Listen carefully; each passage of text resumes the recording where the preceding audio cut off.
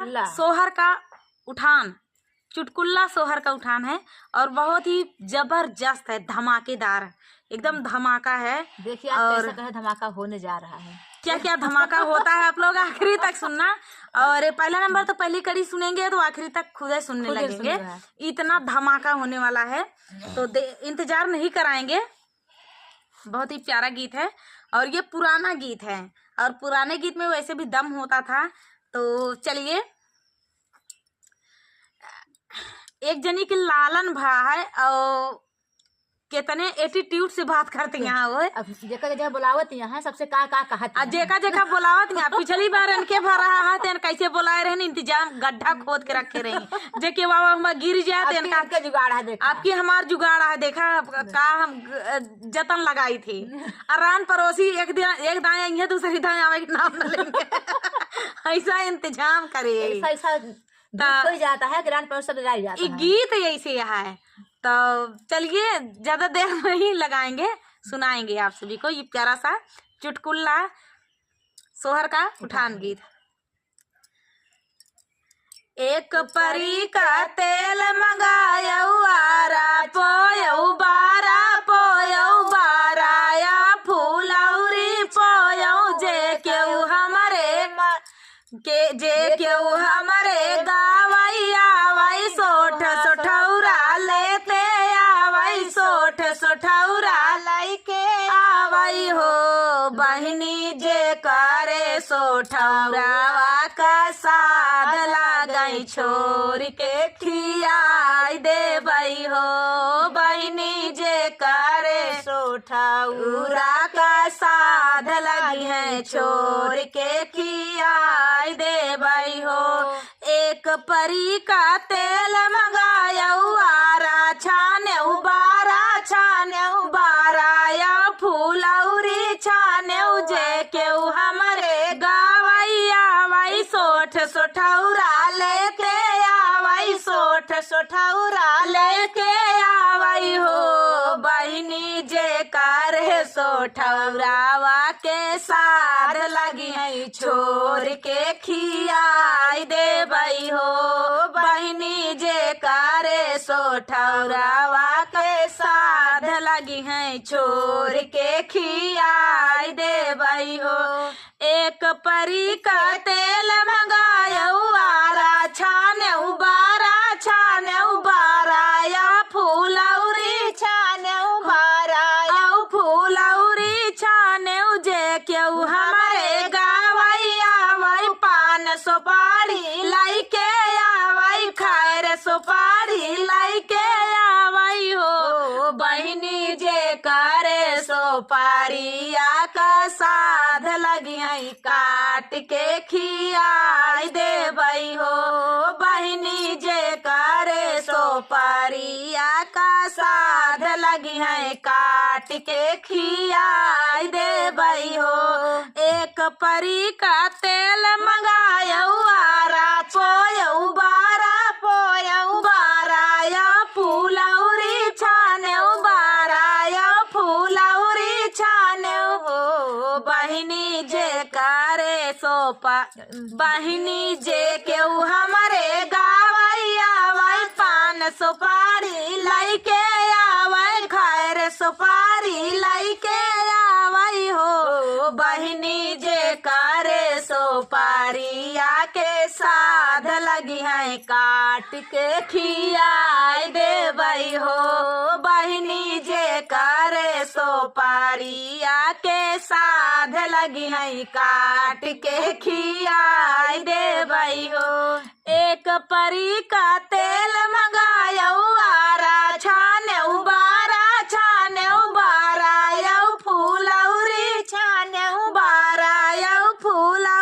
छानेऊ जे केऊ हमरे गावैया तो के मरु ओढ़ना बिछौना लाइके आवई ओढ़ना बिछौना लाइके आवई दारी बिछौना लाइके आवई हो बहिनी जे करे बिछावा के साध लगी है झाड़ के बिछाई दे बाई हो।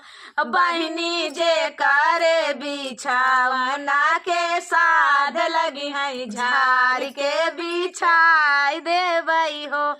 एक परी का तेल मंगायऊ आरा छानेऊ बारा छानेऊ बारा यऊ फूलौरी छानेऊ बारा यऊ फूलौरी छानेऊ हो। जे केऊ हमारे गावई आवई टोके में रुपया लैके आवई टोके में रुपया लैके आवई हो। बहनी जे करे दक्षिणावा के साध लगी है छोर के लुटाई दे बाई हो। बहनी जे करे दक्षिणावा के साध लगी है छोर के लुटाई दे बाई हो।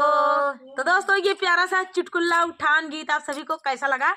सोहर का उठान गीत चुटकुल्ला फुलवाज करने के लिए धन्यवाद। गीत कैसा लगा कमेंट में जरूर बताना दोस्तों। तो चलिए दोस्तों, इसी तरह के प्यारे प्यारे गीत रेखा विजय ब्लॉग पे पड़े हुए हैं। हमारा फेसबुक आईडी है विजय कुमार नाम से, आप लोग जाके फॉलो करें और शेयर करें और स्टार कुछ भेजे दोस्तों। तो चलिए तब तक के लिए नमस्कार। तो आज तीनों लोग सुनाएंगे नोक झोंक गीत है। आई पति पत्नी नोक झोंक गीत या भैया जाने रहा गीत। यही वीडियो आप लोग वायरल किए थे और इसका पार्ट 2 है। उसका पार्ट 2 बना पिया बाटा बखरिया अलग रहा बहना, वो वायरल हो गया था। तो दोस्तों उसी का पार्ट 2 आ गया है और बहुत ही झकास है, उससे भी ज्यादा। तो आप लोग नोक झोंक के साथ सुनाएंगे, आप लोग सुनिएगा। और प्यार दुलार जैसे उस गीत पे दिए थे उसी तरह उससे भी बढ़ के प्यार दुलार देना दोस्तों इस गीत पे। तो चलिए दोस्तों सुनाते हैं आप सभी को ये प्यारा सा नोक झोंक। अब देखा एक ही तिरिया ये गाना में हम बता हिंट दे देते हैं। नहीं एक ना है नहीं के ऊपर गाना है। अपने पिया के बुलावत यहाँ नागपुर से घरे। अब घरे आओ फैसला कर हम अलग रहबे। आ सास ससुर जेका यहाँ थोड़ बहुत तो बोलबे करी है। अब ओमा का काबू दिल पर बात लै लेबू, सास ससुर के बात दिल पर नहीं लीन जाता है। ससुर सास का उनका लेत ही। अब बुढ़ा यहाँ तो बउरे नहीं लीन जाता, कहा जब बुढ़ापा कुछ भी बरबरात रहती का करबू। अजय ऐसी छोट छोट बात लेत रहबू तो न तू पतोह के धर्म निभाए पाबू न वो ससुर के धर्म निभाए पाई है सास ससुर का। तो ना जब बुढ़ाई गया है तो भाई बुढ़ापा बोलबे करा थी। अब पतोहू के इतना ना करे जे लाग जाए चाहिए कि का करा दे अलगाई रहबे रट लगाए दे अलगाई रहबे। अब इनके वो सुर वही गाना वायरल हो गई। अब दूसर का फिर सोचत के वायरल हो जाए। और दूसर का पार्ट 2 है, देखा है इनके फिर सुर बंध ही गया है। एकदम समझाए रहे हम सब इनका, होशियार बन के ले रही हैं। हाँ दूसर कुछ होशियारी लेके आए हैं। देखा चलो सुनाओ भाई। अब देखा कैसे का कहत यहाँ अपने सजनवा के बुलावत यहाँ फोन कई के यहाँ से पिया तू आवा बस अब वही करा जल्दी आवा। अब पिया यहाँ नागपुर में पिया बाटा बखरिया या लग रहा बैना पिया आवा नागरिया या लग रहा बैना पिया आवा ना होगा लग रहा बंधिया पिया बाटा बखरिया या लग रहा बैना पिया बाबा नागरिया या लग रहा बैना हो या लग रहा बैना हो या लग रहा बैना हो या लग रहा बैना पिया बाटा बखरिया या लग रहा बैना पिया बाटा बखरिया या लग रहा बैना। अरे हमारे ससुर जी के चारई जहाजिया हमारे ससुर जी के चारई जहाजिया चारई जहाजिया हो चारई जहाजिया हो चारई जहाजी जवन उड़ैया कसवा उहाइले बैना जवन उड़ैया कसवा उहाइले जब समुद्र में चलत हुआ ना चाहिए नहीं जो आकाश वाले चाहिए। आकाश में जवन उड़ा है आए तो ऊपर जावे तब हुआ से तो देखब देख कितना उड़बू वो ई धरती चिड़िया उड़े का। अरे जवन उड़ैया कसवा उहाइले बैना पिया बाटा बखरिया या लग रहा बैना पिया बाटा बखरिया या लग रहा बैना पिया बाटा बखरिया या लग रहा बैना या लग रहा बैना हो या लग रहा बैना हो या लग रहा बैना पिया बाटा बखरिया या लग रहा बैना कैले है यहाँ पिया बाटा बखरिया या लग रहा बैना यारे हमारे ससुर जी के चारई बुलटिया हमारे ससुर जी के चार बुलटिया हुआ दांत लगा दे यहाँ चारई बुलटिया हो चारई बुलटिया चारई बुलटिया हो चारई बुलटिया अरे जौने में लागई कम तेलवा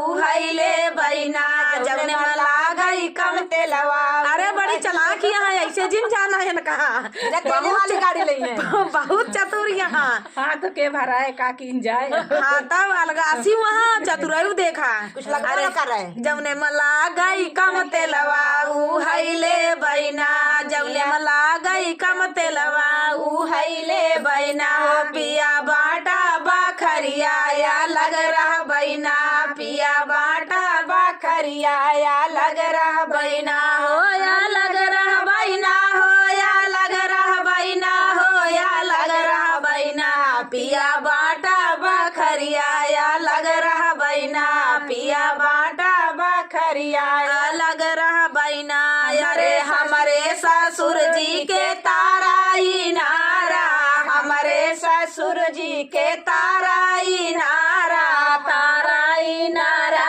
हो ताराई मतलब बताती वहाँ हमारे ससुर जी तारे ताराई नारा हो ताराई नारा जौने में बूढ़ई घायलवा उहैले बैना जे माँ बूढ़ई घायलवा उहैले बैना पिया बाटा जान गए या लग रहा बैना पिया बाटा बखरिया या लग रहा बैना पिया बाटा बखरिया या लग रहा बैना हो या लग रहा बैना हो या लग रहा बैना हो या लग रहा बैना पिया बाटा बखरिया या लग रहा बैना पिया बाटा बखरिया या लग रहा बैना अब एक आध चीज और होए हमका पता है खेतवा ना अब देखा अरे बहुत चतुर है का करी खेतवा ने ले छोड़ दे नहीं नहीं सब सोच के बहनी दीदी भैया अरे सब सोच के बैठ गए यहाँ का करी बताओ कि हम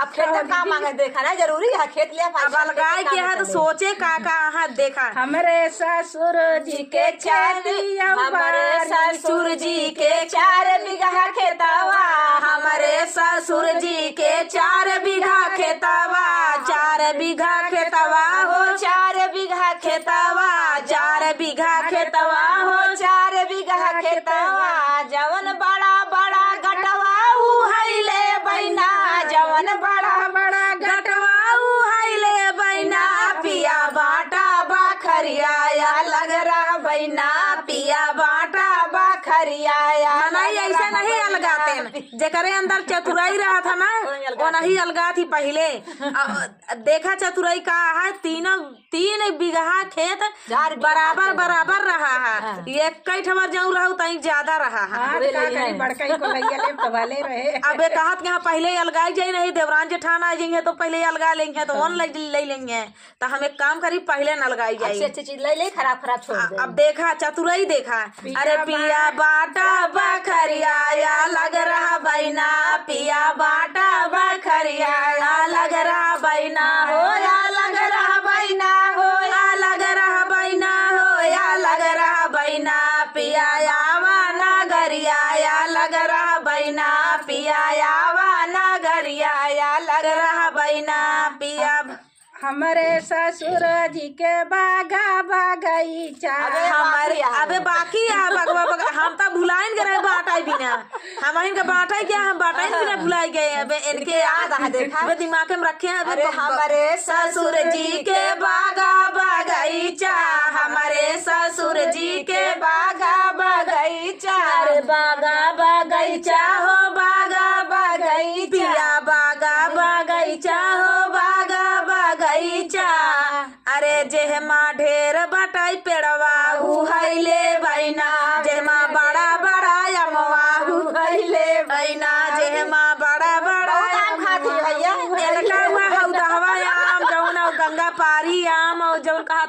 इलाहाबादी आम, दशहरी नहीं, देसी नहीं, पेड़ लगाए हैं, सब चुन चुन के हेर लेती हैं। चुन चुन के पेड़ भैया हर गाटा में अलग अलग भाई, चार बेटवा हैं तो सबका बराबर बराबर ससुर लगाए यहाँ।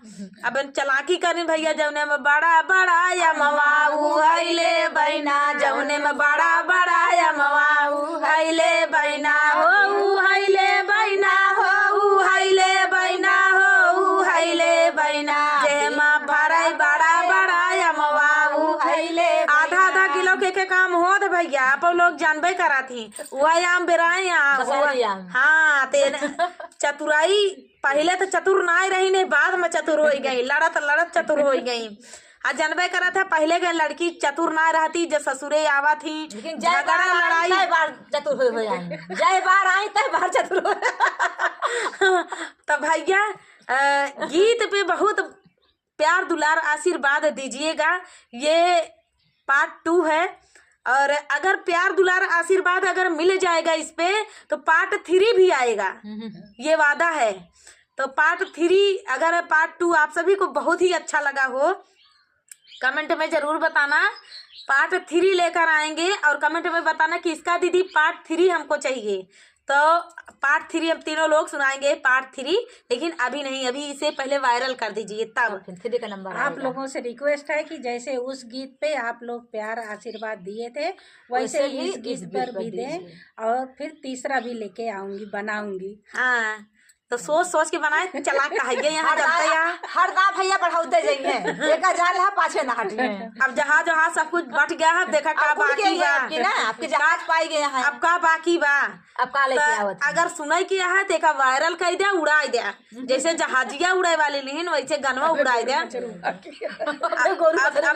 बहुत चीज बाकी है, अबे रिश्तेदार बाकी, यहाँ कौन कौन रिश्तेदार लेती देखा। और बताइएगा कैसा लगा, बहुत ही प्यारा चुटकुला सोहर का उठान गीत है। आखिरी में सुनिएगा, बहुत ही ऐसे ऐसे शब्द दिए गए हैं इसमें, और हरी धनिया पे है। अब मेरे पीछे हरी धनिया बोई हुई है, आप लोग देख सकते हैं। तो इसी पे गीत है, पालक सोवा मेथी, मतलब जो जिसकी सब्जी अभी चल रही है, सबके बारे में एक तिरिया है अपनी सखी से बतला रही है, ये जैसे सखी है मेरी, और उस तिरिया के पेट में बच्चा है, और वो पेट में बच्चा है तो क्या क्या उसको नहीं अच्छा लग रहा है, वो अपनी सखी से बात कर रही है, और बीच में उसको पति भी नहीं अच्छा लगता, खाना तो पचता नहीं है। तो सब सखिया कमेंट करके बताना कि किसको किसको क्या क्या नहीं अच्छा लगता जब पेट में बच्चा आता है। हाँ जिसके जिसके बच्चा है वो जरूर बताएंगे कि मुझको क्या क्या नहीं अच्छा लगता है। और इस सखी को भी कुछ नहीं अच्छा लग रहा है, जिसके तिरिया के जो पेट में बच्चा है, अभी ज्यादा दिन का नहीं हुआ है थोड़ा तक कि पति भी नहीं अच्छा लग रहा है, और आखिरी में पति भी नहीं अच्छा लगता है, बाद में अच्छा लगता है, पति जब हो जाता है बच्चा तब अच्छा लगता है। तो चलिए हम ऐसे नहीं बता देंगे, गीत के माध्यम से सुनिएगा। तो चलिए, बहुत ही जबरदस्त चटाकेदार चुटकुला सोहर का उठान गीत है, तो देर न करते हुए चलिए सुनाते हैं। हरी धनिया के साध दीदी, हरी धनिया के साध दीदी, हरी धनिया के साध दीदी, ना हमका निकला गई सोवाया मेथी, ना हमका निकला गई सोवाया मेथी, ना पालक के साग दीदी, ना पालक के साग दीदी, हरी धनिया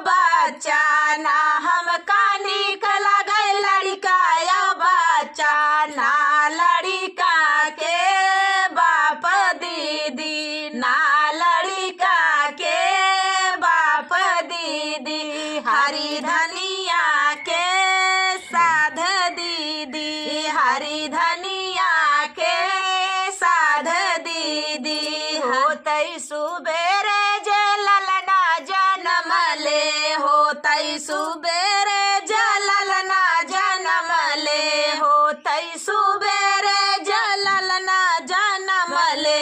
अब हम कानी कला गई सोवाया मेथी, अब हम कानी कला गई सोवाया मेथी। और पालक के साग दीदी, और पालक के साग दीदी, हरी धनिया के साध दीदी, हरी धनिया के साध दीदी। अब हम कानी कला गई आलू गोभी, अब हम कानी कला गई आलू गोभी। और बथुआ के साग दीदी, और बथुआ के साग दीदी, हरी धनिया के साध दीदी, हरी धनिया के साध दीदी। अब हम कानी कला गए लड़का यो बच्चा,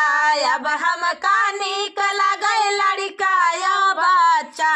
और लड़का के बाप दीदी, और लड़का के बाप दीदी, हरी धनिया के साग दीदी, हरी धनिया के साध दीदी।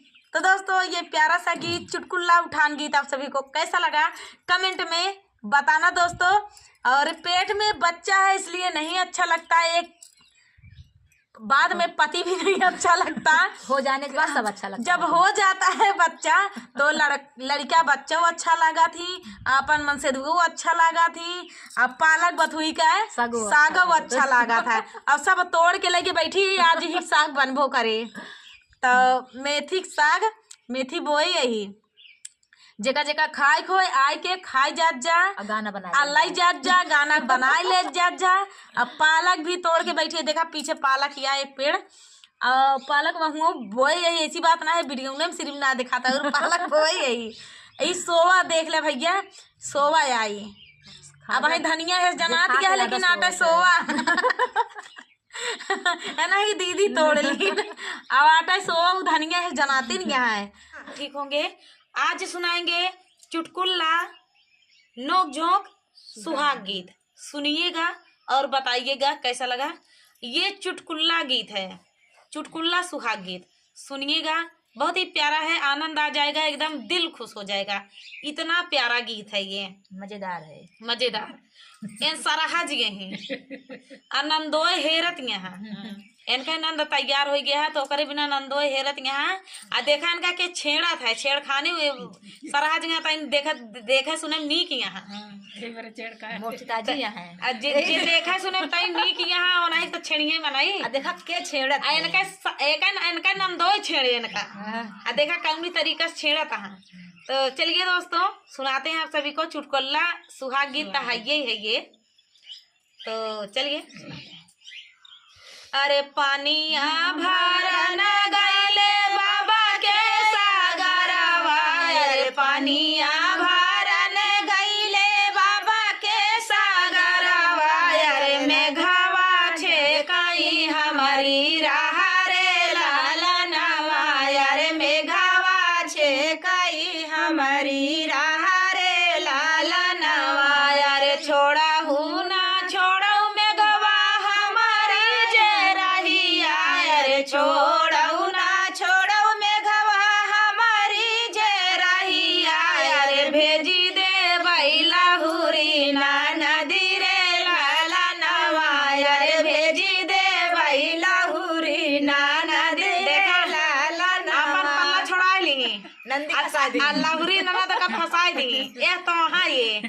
अरे भेजी दे बैला हुरी ना नदी रे लालनवा, अरे भेजी दे बैला हुरी ना नदी रे लालनवा। अरे ये तानी बचना बेघवा सुनायु ना पाले, अरे ये तानी बचन मेघवा सुनायु ना पाले। अरे आई दुआरवा पे ठाड़ रे लालनवा, अरे आई दुआरवा पे ठाड़ देखा का कहा था है अब इतनी अब चाहे जेका हो लहुरी ननद तो होए तो कुन नीके सुंदर होए जब सराहा जमा नीक सुंदर गया तो लहुरी ननद यो नीके होए इतनी बचना में घवा सुनायु ना पावाले अरे इतनी बचना में घवा सुनायु ना पावाले अरे आई दुआरा वही पठाड़ा रे लाला नवाया रे आई दुआरा वही पठाड़ा रे लाला नवाया रे बहरे नी बाटियों की भीतरे सारा जदेई बाहरे नी बाटू की भीतरे सारा जदेई भेजी देती लाहुरी ननद रे लाला नवाया रे भेजी दे तू लाहुरी ननद रे लाला नवा अरे का अब देखा है का कहत यहाँ अरे काई से के भेजी में घवा लाहुरी नाना दिया अरे काई से के भेजी में घऊ लाहुरी नाना दिया अरे तोहरे ना घर से दुआरा रे लाला नवा अरे तोहरे ना घर ना दुआरा रे लाला नवा अरे ये तनी बचना में घवा सुनाहु ना पावाले अरे ये तनी बचना में घवा सुनायु ना पावाले अरे महाला दू महाला करार रे लाला नवा अरे महाला दू महाला उठावई रे लाला नवा अरे तनी बचना में घवा सुनायु ना पावाले अरे तनी बचना में घवा सुनायु ना पावाले अरे महाला दू महाला दमदार है रे लाला नवा अरे महाला दू महाला उठावई रे लाला नवा अरे और का हल्के में ले रही हैं अरे बाहरे नी बाटू की भीतरे सारा देई बाहरे नी बाटू की भीतरे सारा जदेई भेजी देती लाहुरी ननद रे लाला नवा अरे भेजी देती लाहुरी ननद रे लाला नवा अब देखा है का जवाब देती अब महला दू महला तो बन गया मजबूर हो गई अब मजबूर गया तो अब देखा देखा कहा अब जवाब पल्ला पर कैसे छोड़ावा थी अरे काई से के भेजी में घवा लाहुरी नाना दिया अरे काई से के भेजी में घऊ लाहुरी नाना दिया अरे तोहरे ता गाड़ी मोटर कार लाला नवा अरे तोहरे ना गाड़ी मोटर कार लाला नवा अरे तोहरे ना गाड़ी मोटर कार रे लाला नवा अरे ये तनी बचना सुनाई मघवा कावने रामा ये तनी बचन सुनाई मेघवा कावन रामा ये तनी बचना मेघवा सुनाहु ना पावाले अरे ये तनी बचन मेघवा सुनाहु ना पावाले अरे गाड़ी मोटर कार लाई के आवई रे लाला नवा गाड़ी मोटर कार लाई के आवई रे लाला कम तो नहीं बाऊ अरे ये तनी बचना में घवा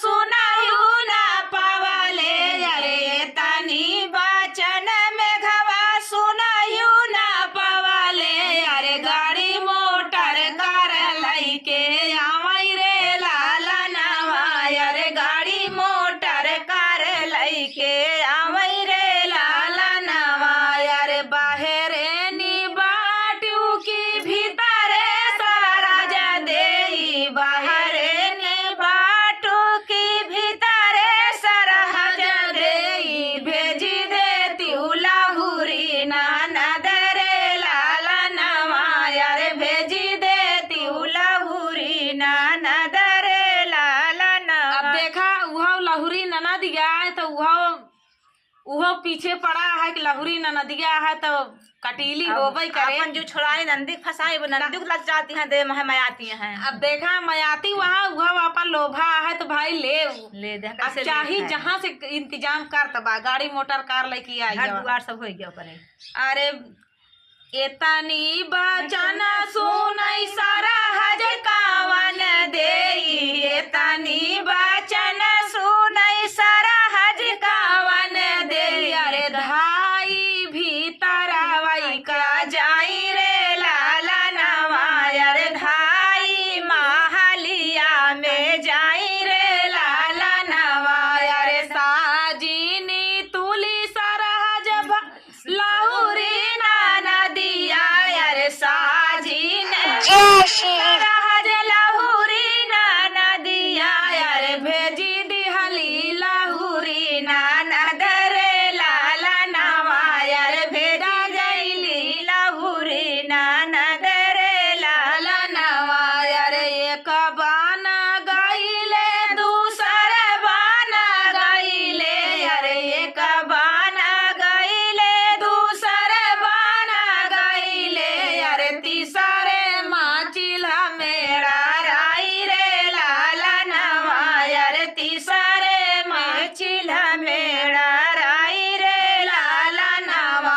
अरे चिल्हा मेरा रानी वही बनवा के बिचवा, अरे चिल्हा मेरा रानी वही बनवा के बिचवा। अरे मेघाऊ कालाई गई उठाई रे लाला नवा, अरे मेघाऊ गई उठाई रे लाला नवा, अरे मेघाऊ कालाई गई उठाई रे लाला नवा। अरे रोउतई फेकर दवन कर लाहुरी नदिया, अरे रोउतई फेकर देन कर लाहुरी नदिया, अरे गरवा काया पाने जा भागई रे लाला नवा, अरे घरवा काया पाने जे भागई रे लाला नवा। अरे भौजी फोरी ने हमारा उगार मारे लाला नवा, अरे भौजी फोरी हमारा उगार मारे ऐसे नहीं ये ऐसे नहीं नीक सुंदर अपना पीछे पड़ा इनके फसाए दी लाहुरी ननद का बतावा। इनके ही तो कहा लाहुरी ननद रही नहीं का जनी के का फसाए देती है। तो दोस्तों फुल वाच करने के लिए धन्यवाद दोस्तों, मिलते हैं अगले वीडियो में, तब तक के लिए नमस्कार।